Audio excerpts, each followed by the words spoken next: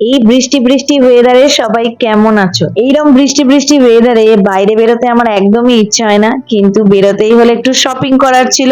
আর এখন সন্ধেবেলা বৃষ্টি মাথায় নিয়ে ক্যাব বুক করে চলে এসেছি মানির বাড়ি। এসেই খাওয়া দাওয়া শুরু করে দিয়েছি। মনের হাতে বানানো পায়েস খাচ্ছি, দারুণ হয়েছে। আজকে একটা স্পেশাল দিন, ওই জন্যই মানির বাড়ি আসা। আর মন এত জোর করছিল, আজ ভাইয়ের জন্মদিন, ভেবেছিলাম সবাই সারপ্রাইজ দেবো, কিন্তু ভাই আমাদের সারপ্রাইজ দিল। অফিস থেকে আজই ফিরেছে 10টায়। আর মন এবার ভাইয়ের জন্মদিনে সমস্ত রকম অ্যারেঞ্জমেন্ট করেছে, তো এখন কেক কাটিং সেরিমনি শুরু হয়ে গেছে।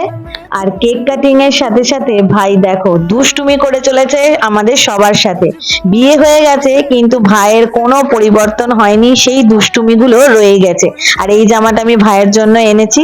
আর এখন আমরা করে নেব ডিনার, কারণ বেজে গেছে রাত্রি 11:30। মানিরা বলছিল থেকে যাওয়ার জন্য, কিন্তু কাল ওদের স্কুল ফিরতেই হবে।